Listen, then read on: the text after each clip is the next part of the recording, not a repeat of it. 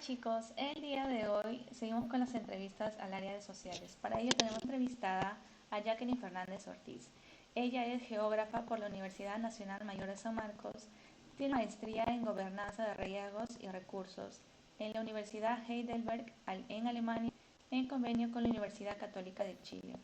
Cuenta con más de 7 años de experiencia laboral, es investigadora y ha publicado diversos artículos.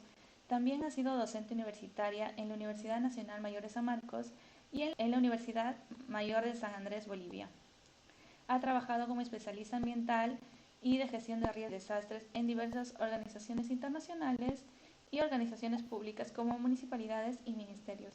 Bienvenida, Jacqueline, y gracias por haber aceptado esta entrevista. Muchas gracias. Buenos días, Fiorella. Muchas gracias por la invitación. Y bueno, muy contenta para poder comentarles un poco de lo que se trata la carrera de geografía y animarlos a que puedan, si desean, estudiar esta carrera que es bastante divertida en realidad. Genial, muchas gracias. Vamos a iniciar un poco con la entrevista y quisiera preguntarte primero, ¿cómo tú defines la carrera de geografía en tus propias palabras?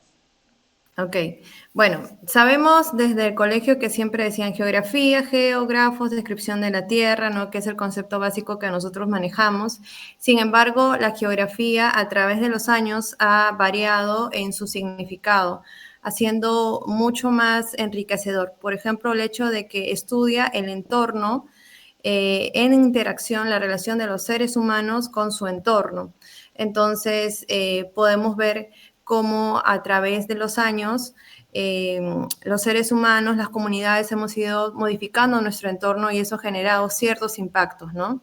Asimismo también los fenómenos naturales y bueno, los que hemos provocado también nosotros como el hombre, ¿no?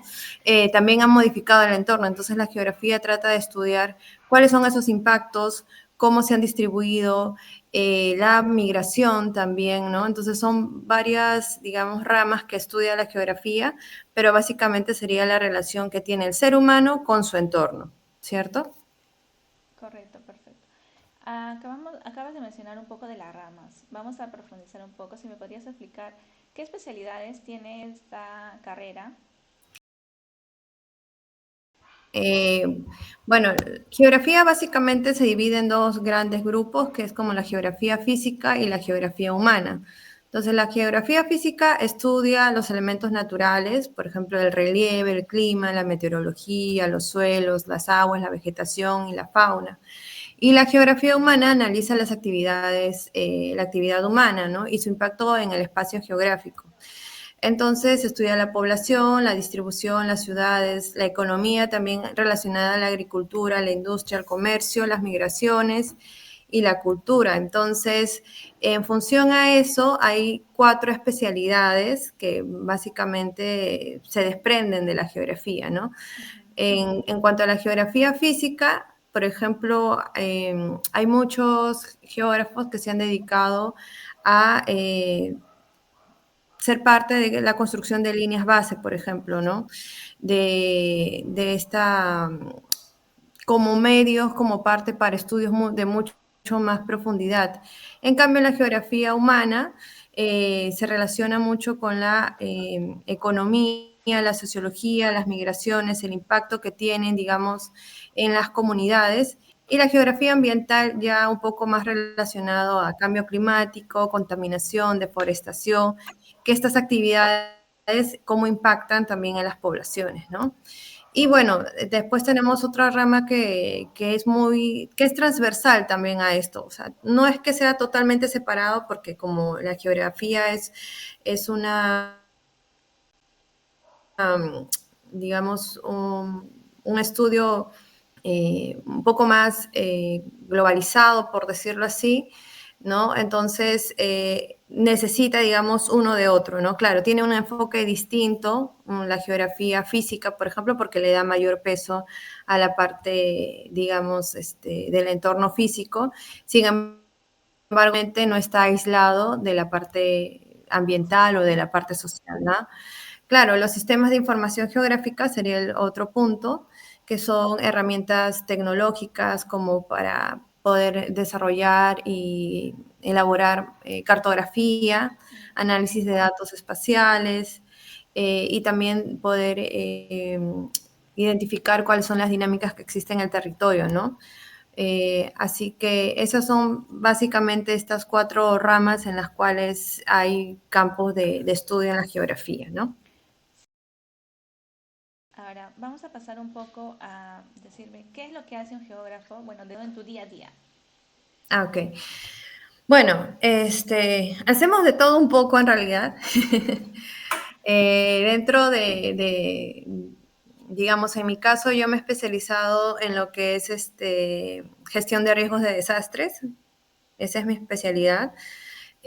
Parte de la línea física, digamos, porque, claro, en la geografía física tú analizas lo que es la superficie terrestre, paisajes, espacio, básicamente cómo se distribuyen, cuáles son estos fenómenos, digamos, que están ocurriendo, pero al mismo tiempo la parte, digamos, social, porque cómo impacta, ¿no? Por ejemplo, ahora se han dado en estas últimas semanas lluvias aquí en Lima, donde la mayoría de la población no cuenta con una infraestructura, digamos, habitacional especializada para poder repeler de la Soportar la lluvia. lluvia. Claro, entonces, eh, y hay ciertas zonas, por ejemplo en Chosica, el Pedregal, que están construidas sobre quebradas, que en estas lluvias se activan y generan lo que conocemos usualmente Huaicos. como huaicos, ¿no? Entonces, digamos que en la gestión de riesgos de desastres lo que nosotros identificamos es cuáles son estas zonas, digamos que tienen una evidencia de ya de este tipo de fenómenos que suceden y cómo podemos hacer para reducir, ¿no?, el impacto que puedan generar en las viviendas. Entonces, donde yo me he especializado más es en el hecho de poder identificar estas zonas, poder realizar planes con las comunidades, ¿no?, para poder hacer frente a esto y reducir el impacto. Y también poder capacitar con los líderes comunitarios y agentes asociados, formas de trabajo comunitario para poder disminuir el impacto y al mismo tiempo, a futuro, tratar de que esto se vuelva a densificar, ¿no?, junto con la municipalidad. Entonces, trabajamos con la población y también trabajamos con las municipalidades para poder, mediante reglamentos y todo lo demás, tratar de disminuir el impacto que podría tener, porque una cosa es que haya, no sé, pues 50 viviendas, pero si la municipalidad no hace nada, se instalan 50 viviendas más, ¿no? Entonces eso generaría un desastre aún de Mucho mayor mayor. magnitud. Entonces, bueno, básicamente yo me he especializado en eso.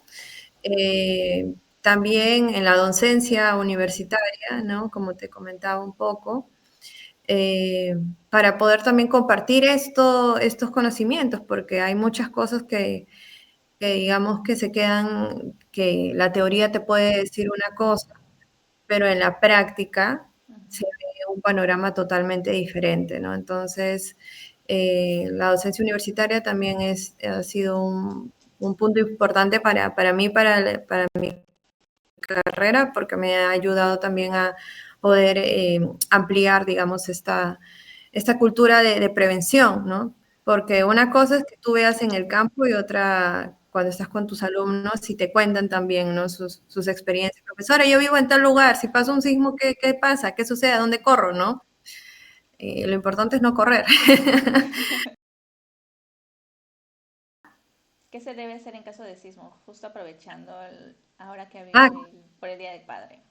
sí, sí, que nos ha agarrado a todos con bastante fuerza y bastante susto. Mira, lo primero, identificar en qué Zona lugar segura. nos encontramos, en qué lugar nos encontramos. O sea, hay que hacer un proceso de bastante sincerar la información, ¿no? Porque yo te puedo decir, ponte en un lugar seguro de tu casa, pero a ver, mi casa fue construida realmente bajo las normas de edificaciones reglamentarias. Ujú. Entonces, si la respuesta es no, De salir. entonces, digamos que ahí el tema de seguridad, realmente si es un punto seguro, entra en juego, ¿no? Ujú. Entonces, lo que sí siempre recomiendo, hacer una evaluación primero interna de tu casa, ¿no? Y luego al exterior. En tu casa, alejarte de los vidrios.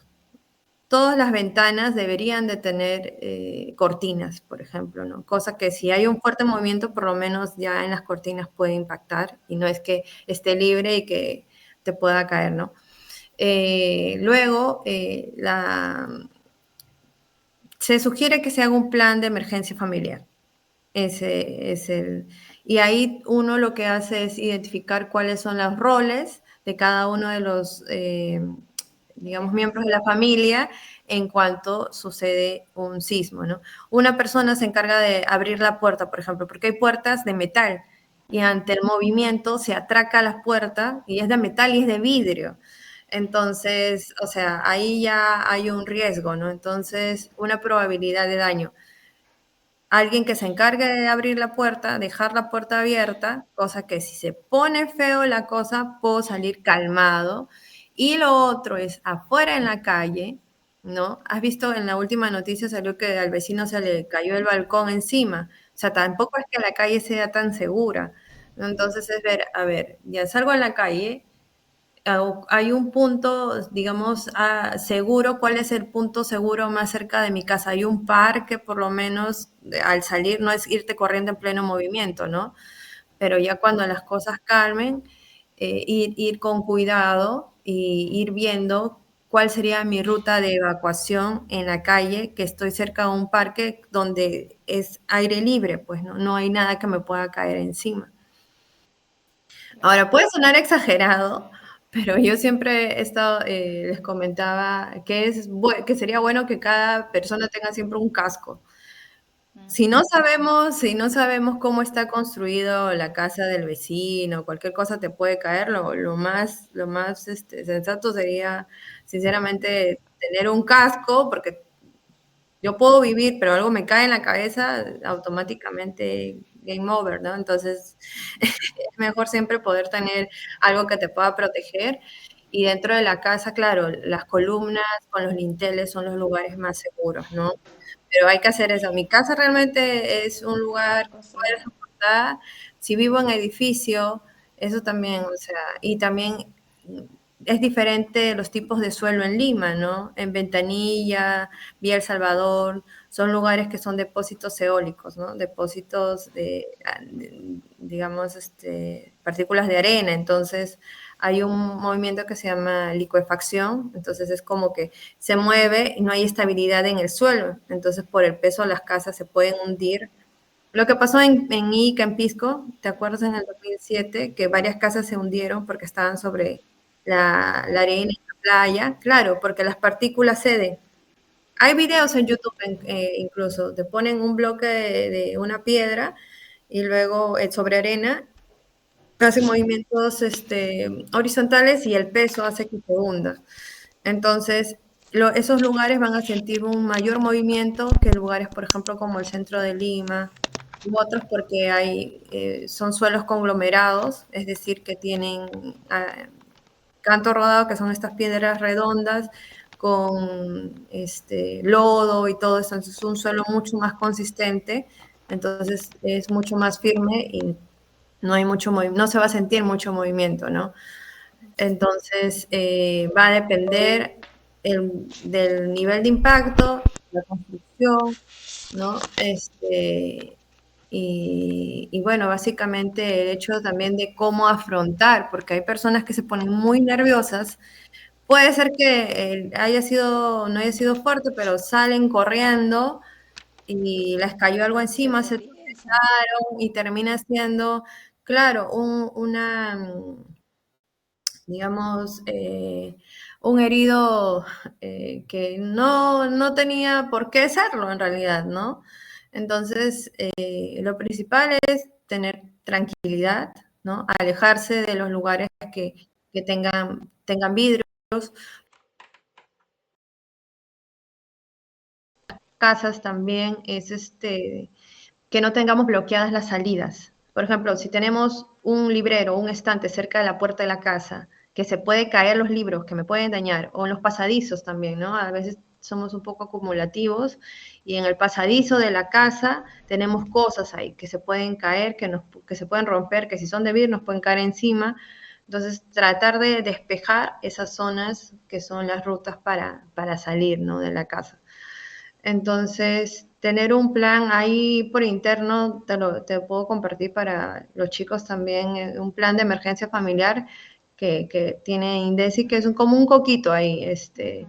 identificas cada miembro de la familia, si tiene algún tipo de afección crónica, cómo preparar tu mochila de emergencia, cómo identificar tu ruta de evacuación. O sea, es algo chiquito, pero de verdad que es muy importante porque uno nunca sabe y con quién te agarre también, ¿no? Porque con quién te tome desprevenido. Puede ser que estés solo en tu casa, puedes que estés con tu familia, puedes que te estés en un centro comercial. O en el Entonces, trabajo también, claro, en el trabajo, en el colegio, cómo actuar en ese instante, o de noche, de ¿no? madrugada. De madrugada, entonces es como, siempre uno tiene que estar preparado y si es con tu familia, yo creo que ya, y si todos están organizados, hay mucha más tranquilidad, ¿no? Porque están todos juntos, no es como que pueda ocurrir algo y no sabes dónde está y la Ujú. desesperación y todo lo demás, el pánico, ¿no? Así que, bueno, eso sería lo importante, ¿no? Mantener la calma, identificar los lugares seguros. Perfecto. Gracias, Jackie, por Ujú. esta enseñanza para que todos estemos ahí ya preparados, bueno, en la Ujú. medida de lo posible, ¿no? Sí, Vamos a claro. continuar con la entrevista. Te quiero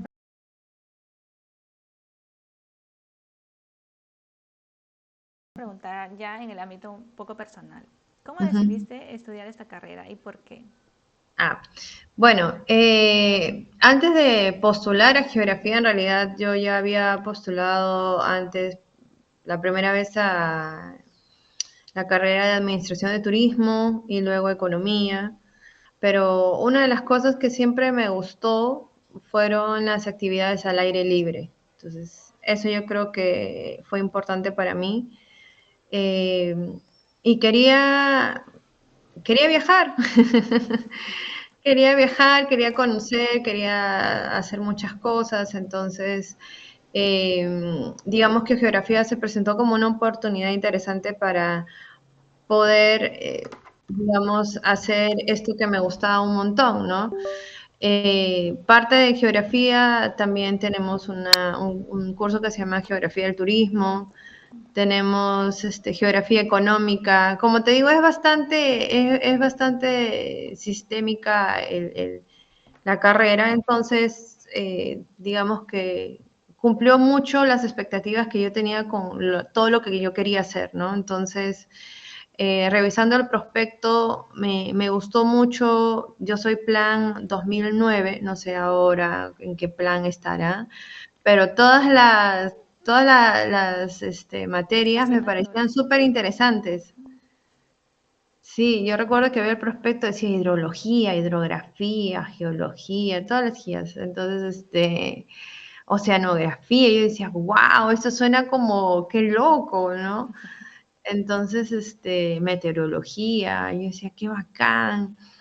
Y efectivamente, o sea, los cursos todos son muy chéveres en realidad. O sea, todos los cursos fueron bastante interesantes y me gustó, aunque como estas carreras que son, digamos, poco conocidas, ¿no?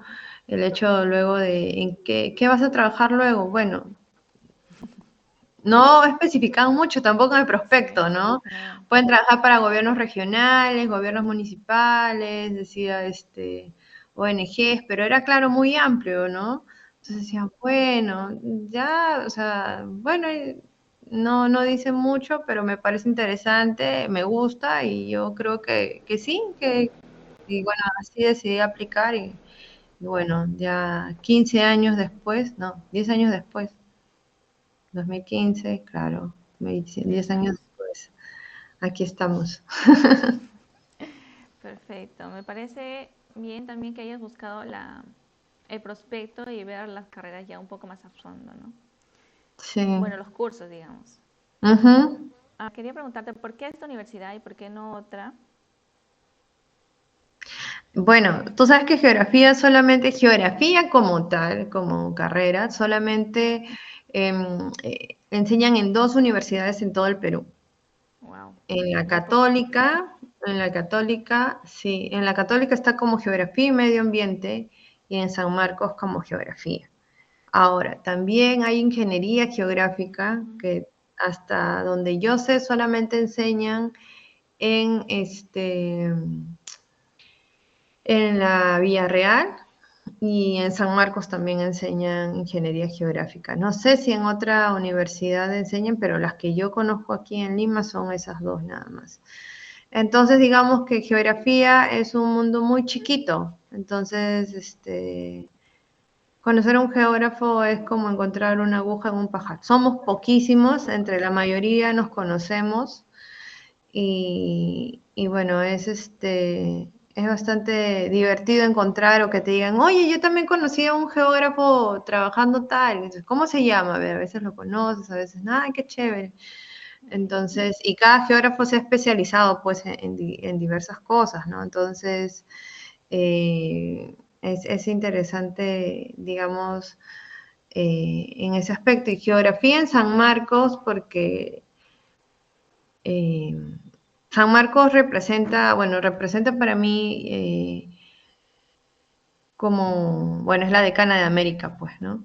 Entonces es como, San Marcos siempre fue como un sueño para mí y dije, yo quiero San Marcos y ahí fui muy perseverante para que sea en San Marcos, por todo el prestigio que tiene y también por el hecho que para mí San Marcos en algún momento me decían, no, San Marcos es un Perú chiquito. Ujú. Y yo lo diría como Perú es una muestra representativa de la realidad de nuestro Perú. Porque Y es de hermoso, verdad, la verdad. sí, de verdad que sí, porque claro, tú conoces ahí personas de toda idiosincrasia, de todo estrato social, y es bueno, digamos, poder tener este feedback de poder conocer diferentes realidades ya siendo solamente estudiante, ¿no? Ujú. Porque te ayuda a ampliar también el conocimiento en relación a estos temas. Así que sí, San Marcos siempre fue una opción, mi mejor opción, digamos. Perfecto. Eh, Justo estabas hablando de varios cursos que te gustaron. ¿Me podrías decir cuál te gustó más o cuál fue el más difícil, el que fue más complicado para ti? El curso que más me gustó, bueno, fue el que inició todo esto en gestión de riesgos de desastre, que fue geografía física, bueno, geología, geografía física. Fue uno de los cursos que más me gustaron. Eh, y el que menos me gustó, bueno, en el primer año fue química, ¿no? Porque, o sea, como en ese tiempo el examen de admisión iba solamente, digamos, bueno, eran todos los cursos, pero digamos le dan mayor peso a otras, digamos, Letras, ¿no? a letras, ¿no? Y química nunca fui, digamos, que me gustara mucho, ¿no? Entonces, como que me costó bastante poder, digamos, algo que no lo había visto mucho en el colegio y tampoco mucho en la academia. Puedo comenzar como casi Desde desde cero. cero, casi desde cero. Entonces sí, me costó más, ¿no? En la carrera como tal no tenía tanto peso en realidad, pero sí era bastante importante, ¿no? En Necesario. calidad ambiental, de repente, claro, en la parte ambiental un poco que sí, pero eran puntos claves de química, no todo, pues, ¿no? Como usualmente se estudia, ¿no? Sí. Ya, perfecto. Luego quería preguntarte, ya terminaste la carrera, ¿qué otros cursos adicionales o complementarios crees que se debe estudiar para poder trabajar como que, o para entrar al mercado laboral un poco ya más preparado? Ujú. Mira, lo principal para mí, y bueno, lo compartía también con amiguitos que tenía de las bases más pequeñas, era tener experiencia en los sistemas de información geográfica. Es decir, por ejemplo, cartografía, para elaborar cartografía nosotros utilizamos cierto software, ¿no? Por ejemplo, el ArcGIS, el QGIS, luego para el procesamiento de imágenes satelitales hay un programa ENVI, PDI, no me acuerdo el otro. Entonces, saber estos programas, digamos que es básico para poder insertarse al mercado laboral porque tú inicias, digamos, hay geógrafos de bases mayores o que ya han terminado, que de repente a veces necesitan apoyo, ¿no? Necesitamos este apoyo para poder hacer un levantamiento de información base cartográfica, ¿no? Y para editar ciertas cosas, ¿no?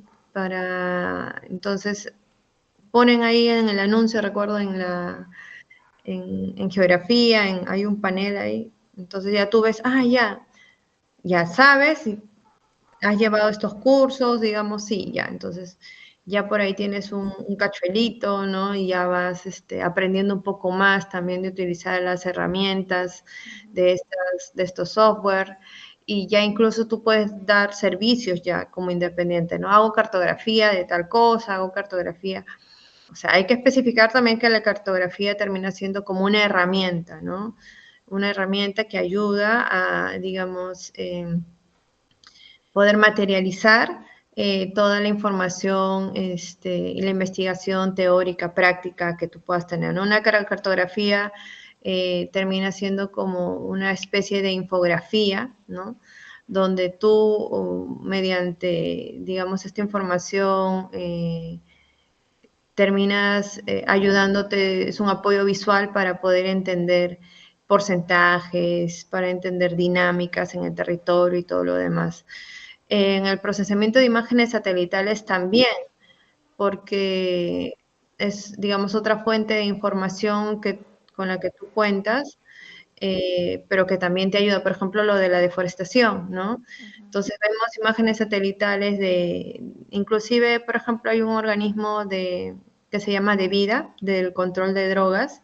Entonces tú con una imagen satelital, identificando el nivel de píxel, puedes saber si qué tipo de cultivos son, porque hay cierto espectro, digamos, de píxel que dice ya, este es un árbol nativo, esto es palma, esto es coca. Entonces, con una imagen satelital ya puedes tener toda esa información. Claro, tienes que saber desde qué espectro a qué espectro, y también se tiene que corroborar en campo, definitivamente. Bueno, hay ciertas cosas que sí, hay ciertas cosas que no se pueden corroborar en campo, digamos, hay ciertas limitaciones, pero tú puedes tener toda esa información. Entonces, saber los sistemas de información geográfica es un punto interesante. Lo otro también es aprender a investigar, cosa que con el tiempo se está dando menos, tener un buen método de estudio. Tener un buen método de estudio es importante también como herramienta porque, claro, hay que leer bastante, hay que comprender. Tú puedes saber un montón de cartografía, pero también cómo redactar buenos informes, ¿Cómo cómo lo hacer, presentas, no? cómo lo presentas, exacto. Entonces, eso también es importante. Y una cosa que no se toca mucho en realidad, pero que sí, yo creo que como herramienta, como curso, pero hay personas que son un poco más introvertidas y les cuesta hablar en público. Entonces, yo creo que en cuanto a estas habilidades digamos, de poder comunicarse, saber expresarse y todo lo demás, perder el miedo a hablar en público, también debería de estar incluido, no sé si como curso como tal, pero sí para poder presentarse, porque tú puedes saber un montón, pero si no sabes comunicar y expresar lo que, entonces ahí también el Nadie te va a mercado, entender tampoco. claro, el mercado laboral también ahí como que se disminuye, ¿no?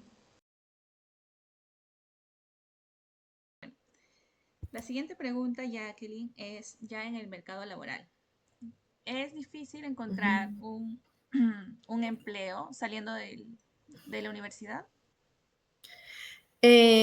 Digamos que depende mucho de cómo tú te evalúes. Yo diría que no es complicado, pero digamos que requiere de bastante información y capacitación previa, ¿no?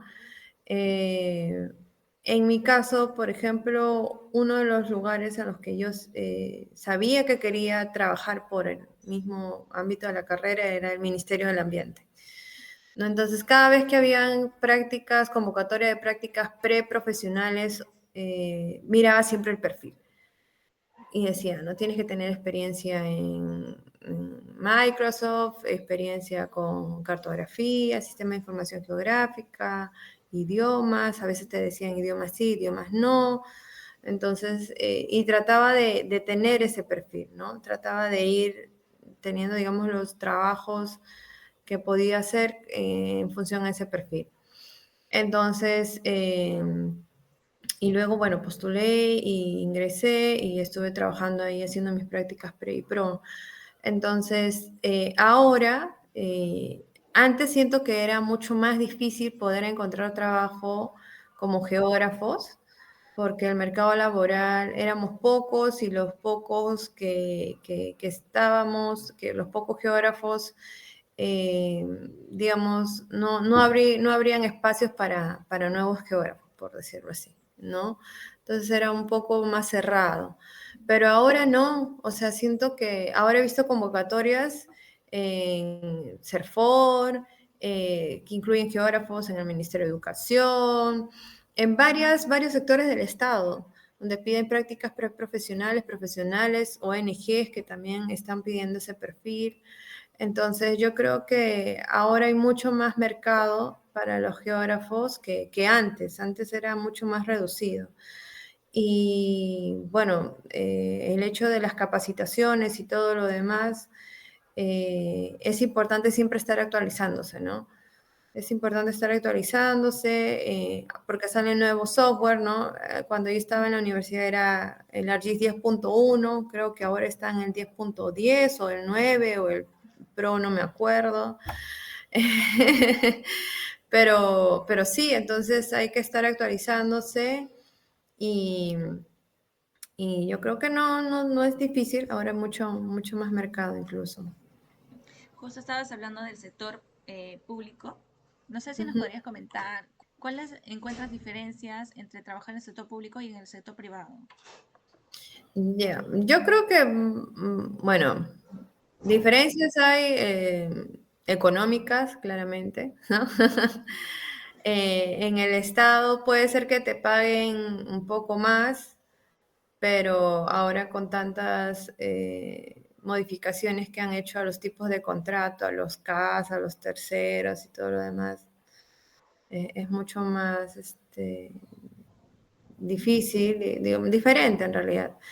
Eh, yo creo que también ahí es qué te mueve a ti, ¿no? O sea, yo trabajé mucho tiempo, bueno, he trabajado mucho más tiempo en el Estado que en el privado, en realidad, pero personalmente siento que el público me gustaba más trabajar ahí porque sentía que había como un fin, ¿no? Como era parte, me sentía como un parte de una pieza importante para hacer mover una maquinaria mucho más grande. Entonces sentía que daba como mi retribución al Estado de la educación pública que me brindó, ¿no? Y que aportaba, compartía conocimiento, y eso era más que todo lo que sentía que me movía. Sin embargo, en el privado, digamos como tal, claro, hay otras razones como más, digamos, el hecho de aprender, de aportar, porque también no sé en qué punto poner las ONGs, porque la ONG, o sea, es privado, pero también tiene otro, no es como con privado, su fin no privado, es digamos, lucrar, sino ¿no? es más como que social también, ¿no? Claro, entonces a mí personalmente siempre me ha gustado más la parte social, ¿no? Sentir que estoy retribuyendo, que estoy contribuyendo, que estoy aprendiendo también, ¿no? Eh, y bueno, en las diferencias económicas, claro, porque muchas veces en el privado puede ser que te paguen mucho más y que valoren más tu experiencia, digamos, más. He sentido que hay irónicamente, más meritocracia, consideran más, digamos, tus valores, tus aportes, la inversión que has hecho en tu educación en el privado que en el público. Así Pero esto es. también se da por un nivel de que, bueno, actualmente, lastimosamente, no, el público no está cumpliendo con la meritocracia que mencionaron gobiernos anteriores, ¿no?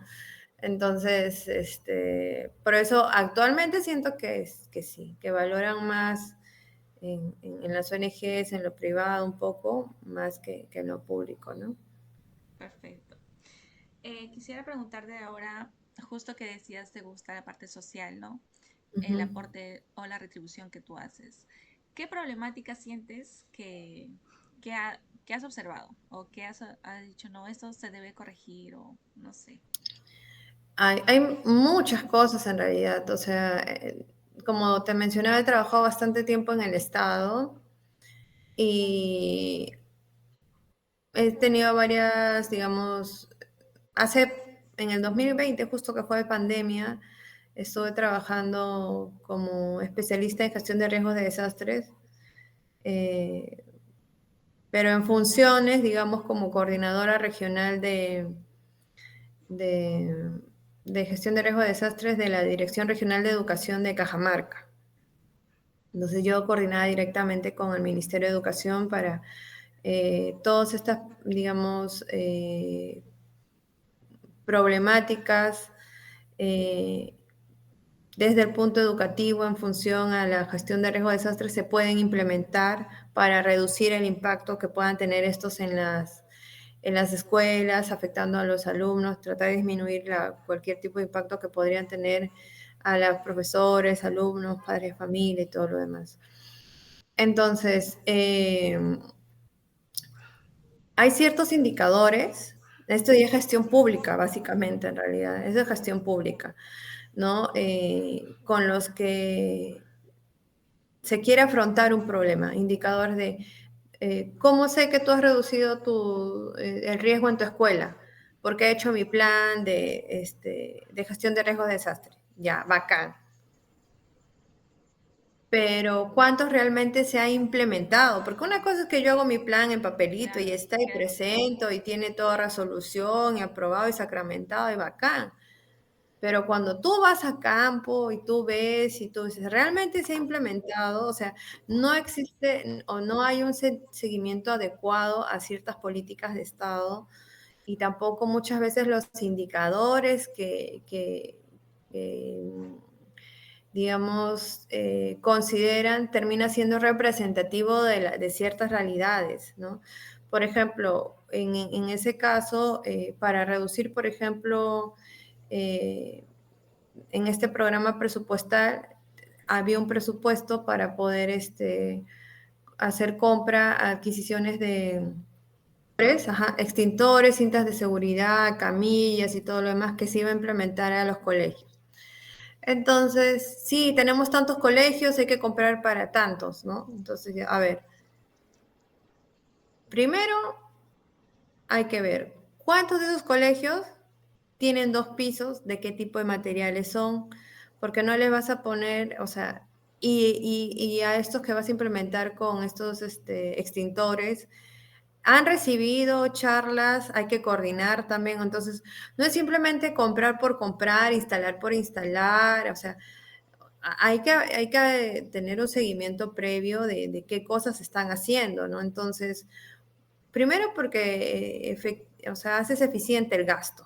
¿no? Primero porque, o sea, porque yo no voy a comprar un montón de cosas que al final mejor compro otras, y justo era contexto de COVID, mejor compro, digamos, que van a necesitar más y que no está presupuestado, que no le sale, no está en presupuesto. De repente, tan solo con jabón líquido o jabón, alcohol en gel, porque no necesitaban cintas de seguridad, porque el colegio solamente era de un piso y era de adobe, ¿no? O podemos tener, entonces, ¿qué se necesita? Y muchas veces veo que, y me imagino que en distintas carreras se verá que a veces en lo público se ve una ausencia de la efectividad, de la eficiencia del Estado, porque trata de generalizar todo y no ven los casos específicos, o mejor dicho, en las regiones o en los lugares donde debería hacerse un control mucho más exhaustivo, no termina aplicándose como debería, ¿no? Y bueno, otro caso, por ejemplo, que sí me impactó mucho cuando estaba trabajando en el Ministerio de Trabajo. No sé si has escuchado, hay un programa que se llama Jóvenes Productivos. No, no he escuchado. Ya, este iniciativa es interesante porque interactúan tres instancias del gobierno. Está el Ministerio de Trabajo, está el Ministerio de Educación y está la empresa público-privada, ¿no? Entonces, ¿qué hacen? Identifican a jóvenes de 18 hasta los 25 más o menos, que no hayan concluido estudios superiores, eh, que hayan terminado la secundaria completa, de repente por ahí un año, ¿no? Y que quieran trabajar para colocarlos en una empresa por un tiempo y luego tienen la opción de quedarse a trabajar en esa empresa. Los capacitan gratis en los CEPROS y de ahí ellos tienen la opción para hacer sus prácticas, digamos, y quedarse a trabajar en esa empresa. Pero ¿qué sucede? O sea, suena bacán, suena interesante, ¿no? Pero ¿qué sucede? Cuando nosotros íbamos a hacer la difusión para inscribir a estos jóvenes, ¿no? Las personas que realmente necesitaban el apoyo, y hablando hace un momento de la maternidad y cosas así, mujeres que necesitaban realmente ese trabajo, eran mujeres que no habían podido concluir sus estudios secundarios y que eran cabezas de familia. Entonces, claro, tú para conseguir cualquier tipo de trabajo siempre te piden lo básico, secundaria completa. Pero ¿qué sucede cuando han sido jóvenes que dejaron de estudiar porque salieron embarazadas a los 14, 15 años? Y que quieren estudiar, que quieren trabajar, pero no cumplen con el perfil. Y que tienen la Y necesidad. claro, no cumplen con el perfil que se necesitaba para poder realizar esto, ¿no? Entonces, era bastante fuerte porque, o sea, de verdad tú veías la necesidad de que sí querían, ¿no?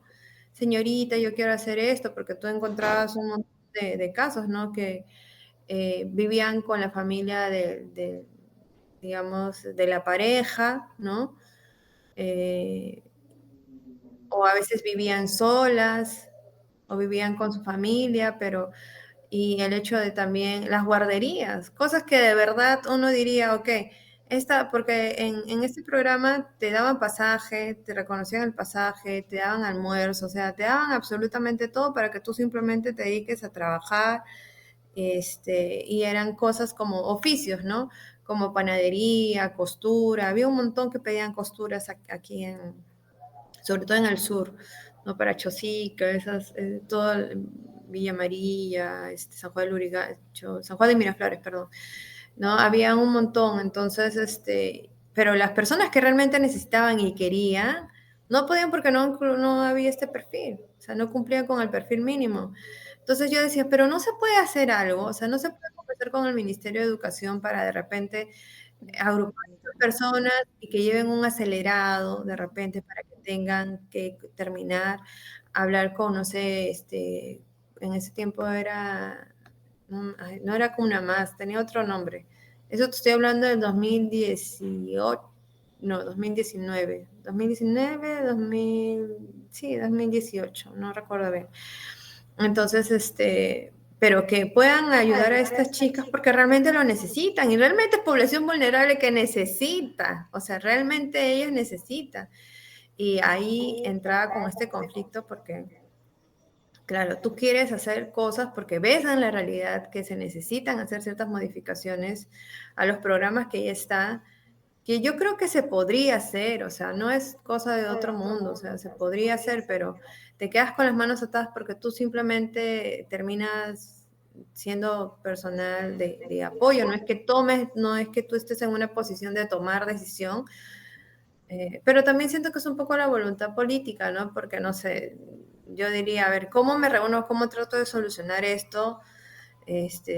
Las registro, ¿no? Entonces, mira, tengo una población de tantas personas que necesitan.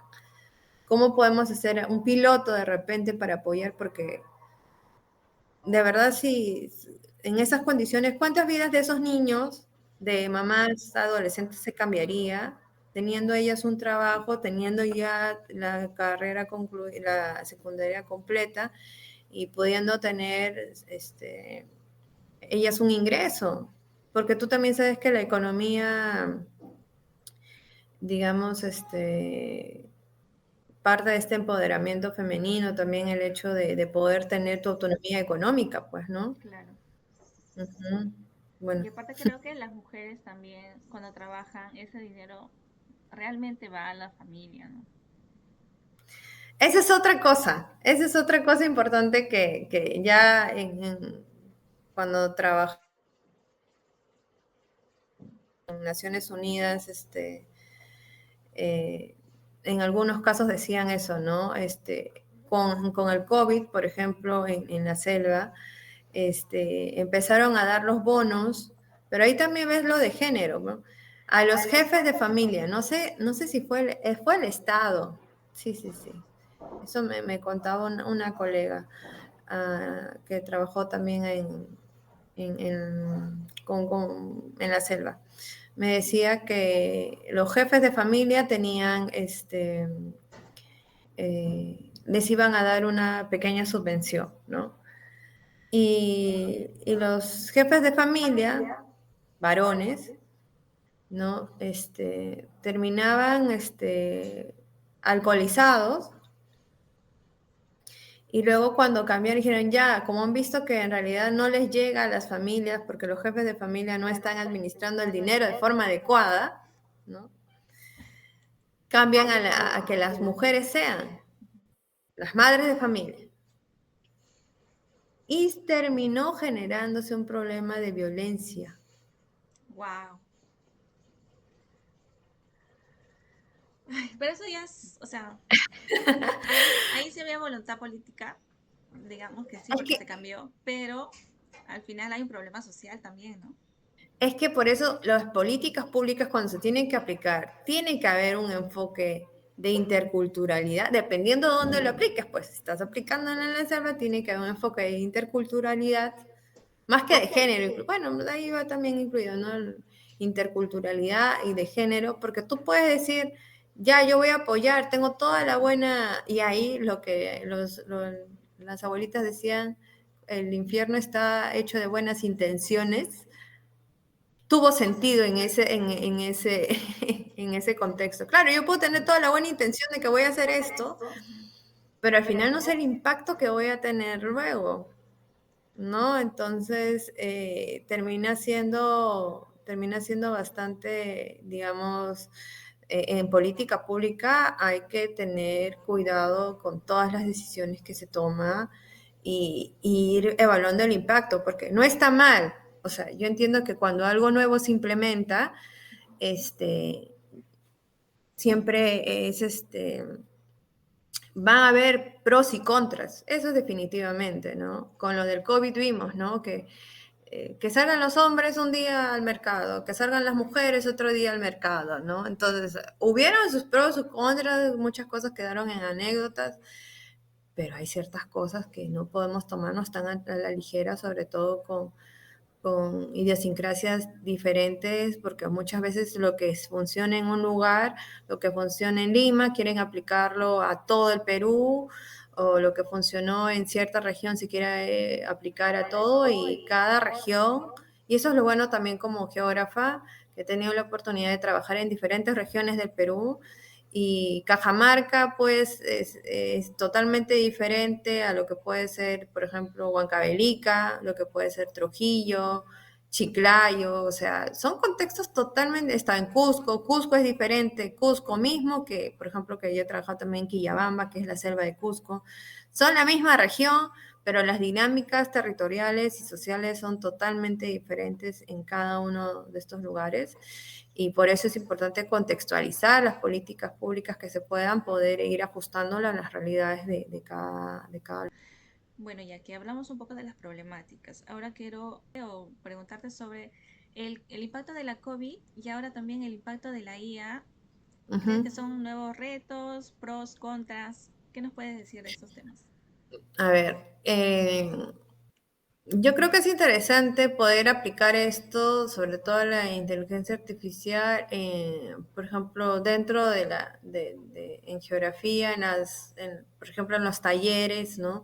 Como parte de la información audiovisual que se podría generar, ¿no? Para concientizar, sensibilizar y todo lo demás, ¿no?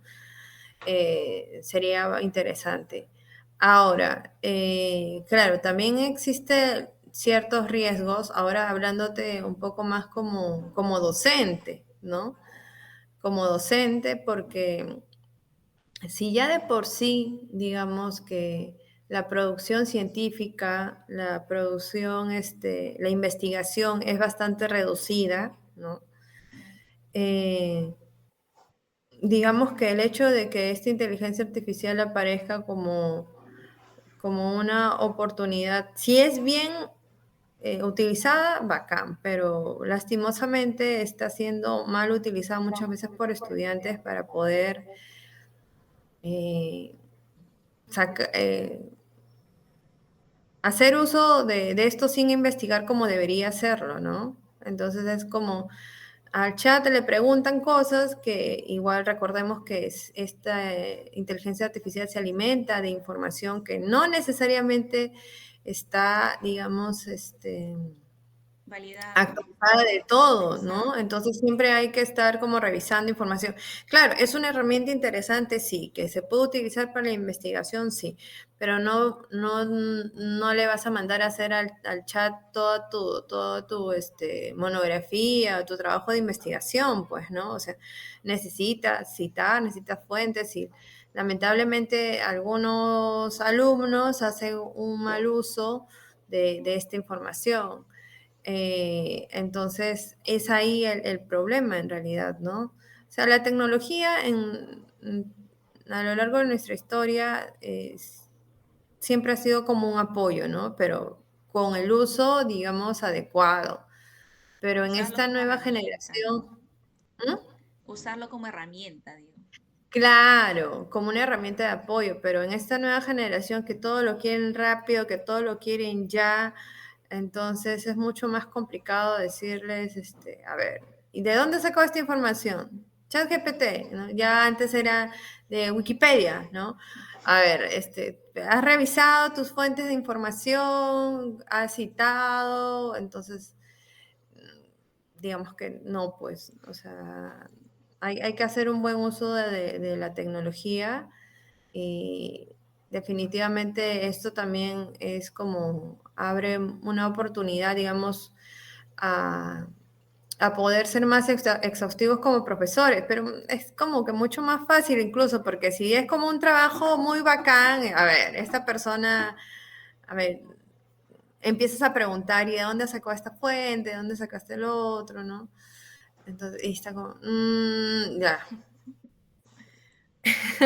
Claro, porque No igual es, también se claro. pierde la capacidad de raciocinio, digo, porque, y la capacidad de síntesis, porque antes leías y tenías como que un poco más de síntesis pero también Ujú, tenías, si te preguntaban algo, sabías de dónde venía. Entonces ahora como ya está claro. todo y a veces casi ya no se lee tampoco, entonces ya como que se pierde un poco esa capacidad, ¿no?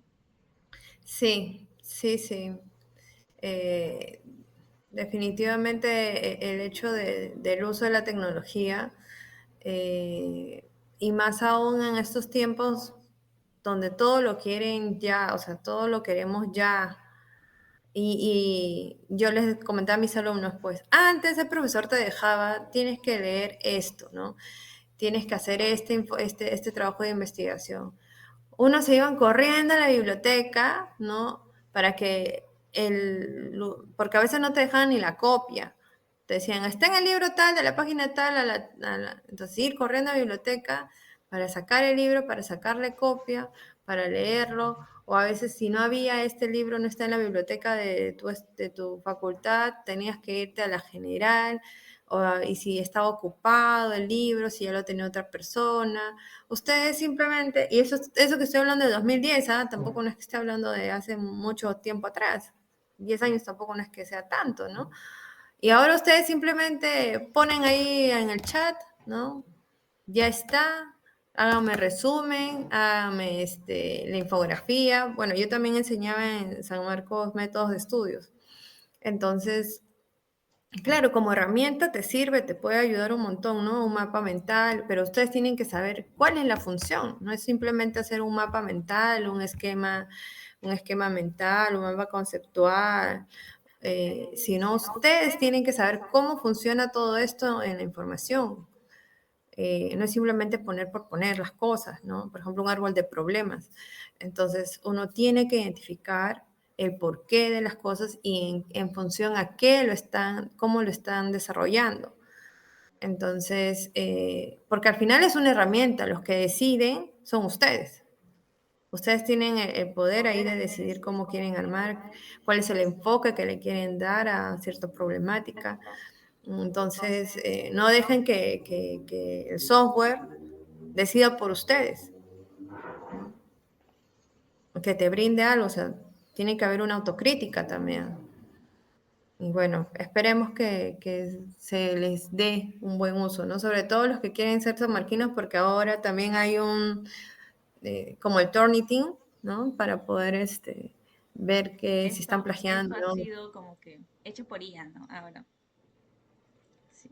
Sí. Ya, bueno. Entonces, ¿cuáles crees que van a ser los retos que van a tener las personas que salen de acá, los profesionales que salen de acá 5 o 10 años? ¿Cuál crees? Ya, Ah, como que ya la imaginación, porque ya con la IA, ¿a dónde sí, iremos? sí, sí. Bueno, con todo esto del cambio climático que ya lo estamos sintiendo definitivamente con los inviernos mucho más fríos, los veranos mucho más calurosos, ¿no? Hay bastante trabajo por hacer en realidad, hay mucho trabajo por hacer. Entonces, yo creo que la problemática que nos va a afectar principalmente, en lo que nos debemos de enfocar, son tres temas importantes, que fueron los tres temas que me dijeron en algún momento que me debería de especializar hace 10 años atrás, pero siguen vigentes. Gestión de riesgos de desastres asociado a cambio climático, ¿no? Cambia el clima, cambia los niveles de precipitación, cambia los niveles, básicamente, cambia también las velocidades de los vientos, ¿no? Ya se va a hacer un poco más, bueno, está asociado también a eventos hidrometeorológicos. Entonces, la dinámica del territorio también cambia. Entonces, va a haber migración por cambio climático. Y eso es algo que no se está diciendo mucho, pero ya hay varias islas, ¿no? Que están haciendo convenios. Hace poco leí una noticia no me acuerdo qué isla quería ser parte de Argentina, porque si ellos se iban a inundar, querían tener un lugar, claro, un espacio para poder trasladarse, pues, ¿no? Querían pertenecer a Argentina para poder tener un espacio donde habitar cuando se inunde la isla. Pero ¿cuántas otras islas más se van a inundar por el aumento del nivel del mar? Otra rama que va a ser importante va a ser la de residuos sólidos, bueno, residuos en general. Con esto, por ejemplo, de la moda rápida y todo rápido, ¿no? Hay un montón de desechos y que no se pueden inclusive reciclar. Entonces, ¿dónde va a caber toda esa basura? Entonces, cómo gestionar todo lo que son residuos también va a ser muy importante, ¿no? Y lo otro, está asociada el recurso hídrico.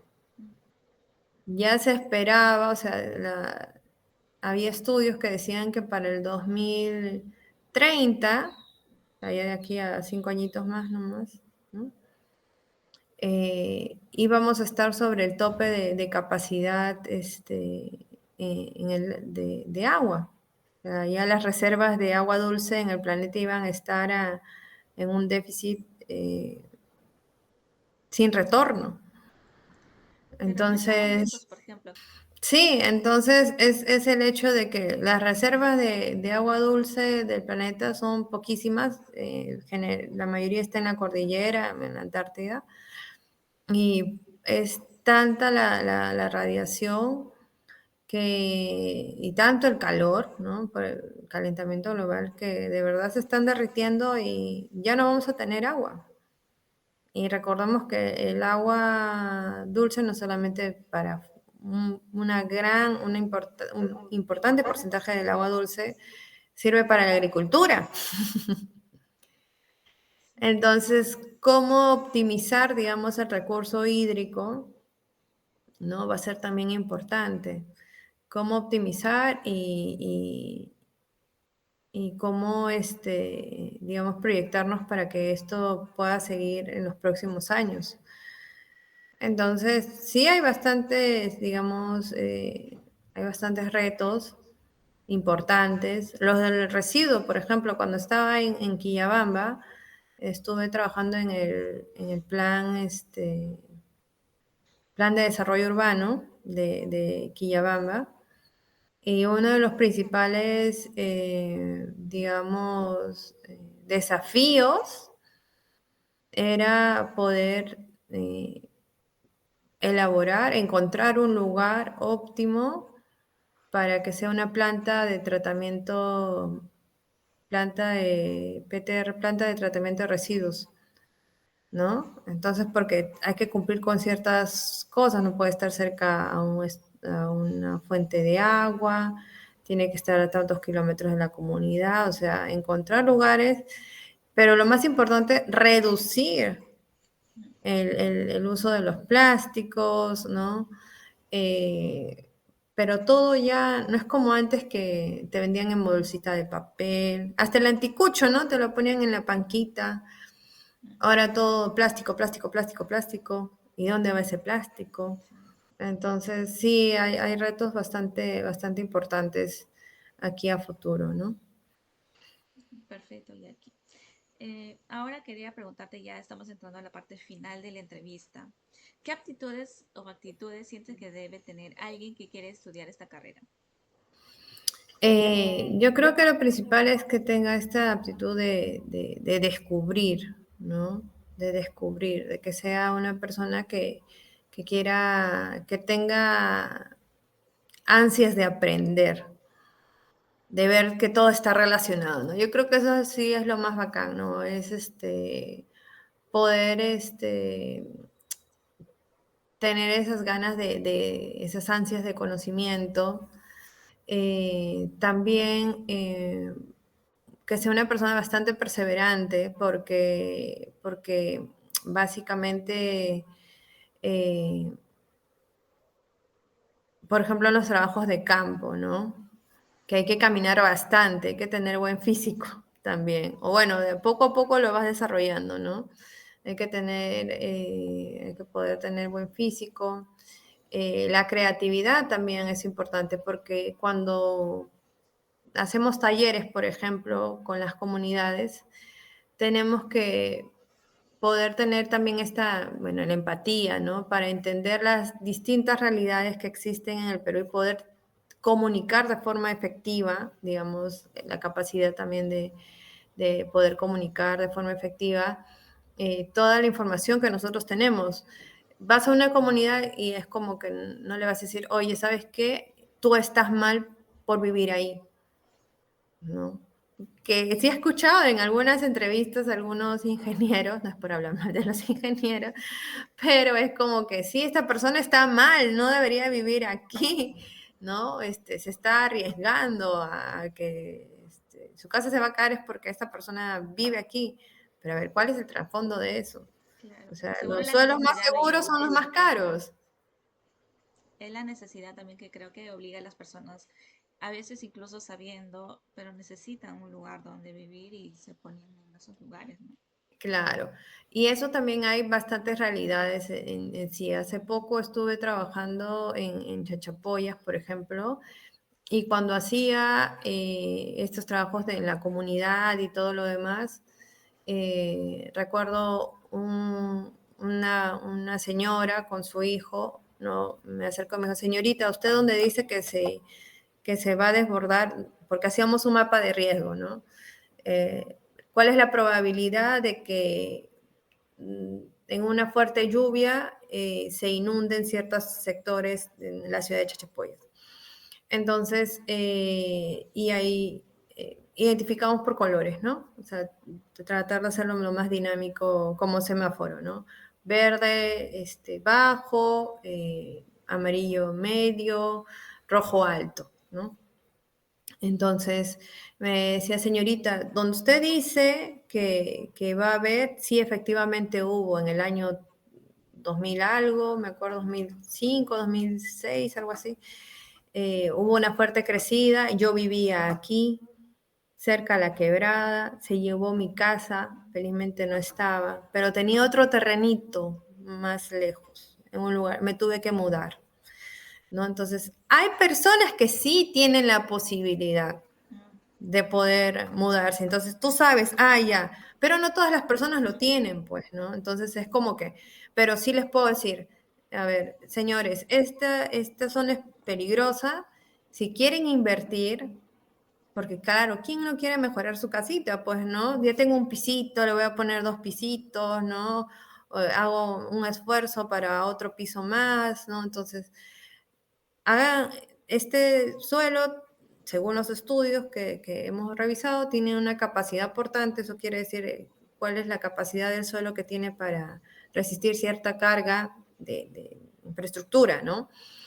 Aquí se puede construir, es peligroso, tienen que hacer trabajos comunitarios para poder, digamos, canalizar, ¿no? Y que el agua no entre a sus viviendas, pero es recomendable que no se construya más de 2 pisos, por ejemplo, ¿no?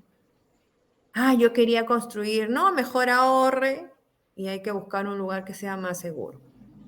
Ah, ya, señorita, bien, gracias, sí, voy a conversar con mi familia. Claro, porque ¿quién quiere invertir el poco dinero que con tanto esfuerzo uno gana en una casa que en unos años se va a terminar cayendo ujú, y porque tengo la información?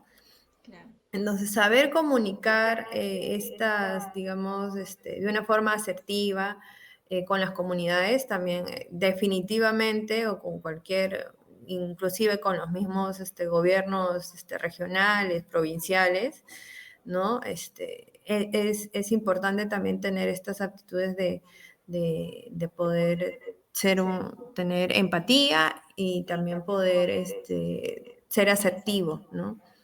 Cuando comunicamos, cuando nos comunicamos sobre todo. Sí, totalmente de acuerdo. Ya que ahora sí, unas palabras finales que quieras decir a las personas que quieren estudiar esa carrera, de repente están en la duda. Ujú, claro.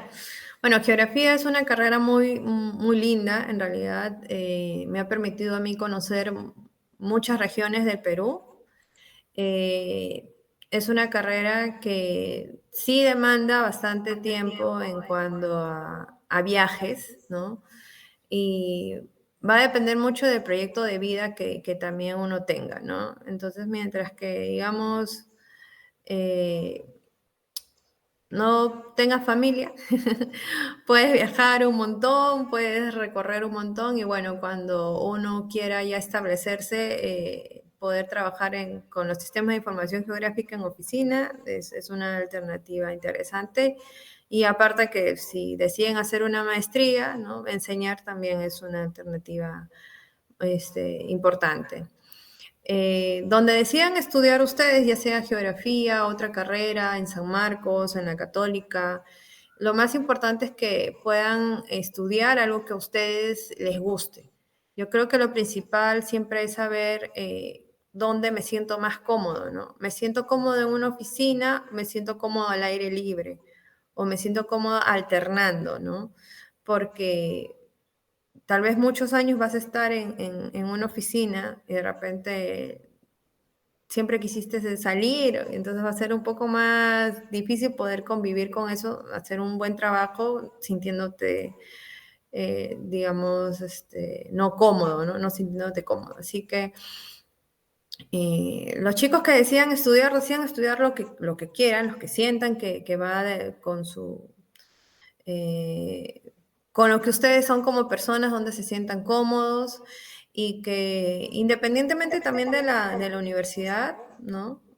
Si ustedes estudian algo que realmente quieren y apasionan, van a encontrar los medios para poder trabajar eh, y puedan trabajar en lo que les gusta y puedan desarrollarse y hacer una línea de carrera, ¿no?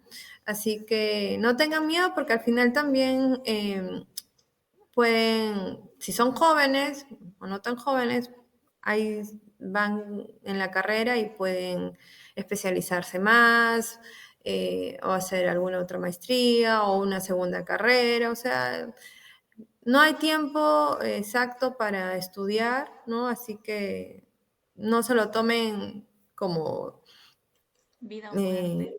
eh, claro, sí, yo creo que eso es lo que a mí también me da siempre miedo, ¿no? ¿Qué tal si esta carrera no funciona? Porque no sé mucho en qué se desarrolla geografía y conseguiré trabajo, ¿no? Y también era la preocupación de mis papás, ¿no? Pero al final me gustó tanto que puede ir desarrollándome muy bien, me siento muy, muy feliz. eh, de trabajar, bueno, he estado trabajando para Naciones Unidas también, trabajando con comunidades, siendo profesora, entonces, cuando uno realmente creo que le gusta algo, las oportunidades se van presentando y uno tiene que estar listo y decidido para tomarlas y todo va a estar bien. Así que muchas gracias, Fiorella, por la invitación. Espero que les haya servido mucho mi experiencia en cuanto a la geografía. Y bueno, deseo de todo corazón que puedan encontrar algo que les haga muy feliz de estudiar y que puedan desarrollarse muy bien. Gracias, Fiorella, por la Gracias, invitación. Jackie. Gracias por las lindas palabras que nos has dado, por brindarnos un poco de tu experiencia y así conocer un poco más esta carrera, ¿no? Que me parece muy interesante, de verdad. Muchas gracias. Listo, hasta luego, gracias.